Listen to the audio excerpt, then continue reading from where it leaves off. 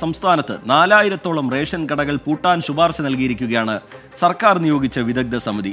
മുൻഗണനേതര വിഭാഗത്തിലെ നീല റേഷൻ കാർഡിൽ അരിവില കിലോയ്ക്ക് 4 രൂപയിൽ നിന്ന് 6 രൂപയാക്കണം എന്ന ശുപാർശയുമുണ്ട്.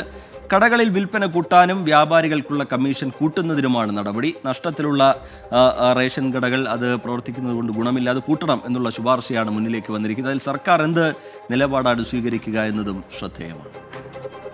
ഒരു വശത്ത് റേഷൻ കടകളുടെ എണ്ണം കുറയ്ക്കണം, മറുവശത്ത് റേഷൻ സാധനങ്ങളുടെ വില കൂട്ടണം.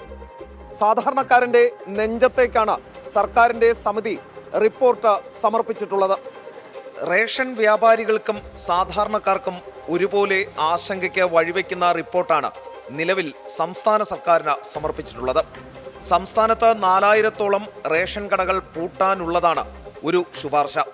റേഷൻ വ്യാപാരികളുടെ വേതന പരിഷ്കരണം ഉൾപ്പെടെയുള്ള പ്രശ്നങ്ങൾ പഠിക്കാൻ നിയോഗിക്കപ്പെട്ട സമിതിയാണ് സംസ്ഥാനത്തെ 13,872 റേഷൻ കടകൾ 10,000-ആയി കുറയ്ക്കാനുള്ള ശുപാർശയോടെ റിപ്പോർട്ട് നൽകിയത്.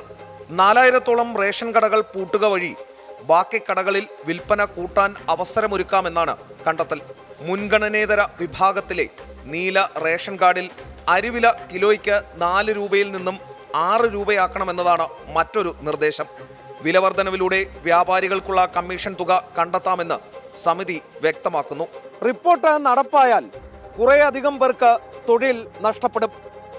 സബ്സിഡി ആനുകൂല്യം ലഭിക്കുന്നവർ ചെറിയൊരു തുക കൂടി അധികം നൽകേണ്ടതായും വരും. റിപ്പോർട്ട് മേശപ്പുറത്തെത്തുമ്പോൾ സർക്കാർ ഇക്കാര്യമൊക്കെ ഓർമ്മയിൽ വയ്ക്കും എന്ന് കരുതാം. ഒരു കടയിൽ 800 കാർഡുടമകളെങ്കിലും എത്തുന്ന രീതിയിൽ എണ്ണം ക്രമീകരിക്കണമെന്നാണ് ശുപാർശയിൽ മറ്റൊരു വിഷയം. വിൽപ്പനയുടെ തോതനുസരിച്ചുള്ള കമ്മീഷൻ നിരക്കുകൾ നിർദ്ദേശിക്കുന്ന റിപ്പോർട്ട് തയ്യാറാക്കിയത് റേഷനിംഗ് കൺട്രോളർ, സിവിൽ സപ്ലൈസ് വകുപ്പിലെ വിജിലൻസ് ഓഫീസർ, ലോ ഓഫീസർ എന്നിവരടങ്ങുന്ന സമിതിയാണ്.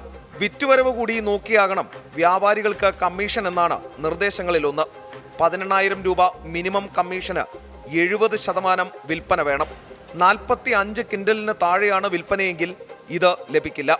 വ്യാപാരികൾ 70-ാം വയസ്സിൽ വിരമിക്കുമ്പോൾ പകരം മറ്റൊരാൾക്ക് കട അനുവദിക്കരുത്.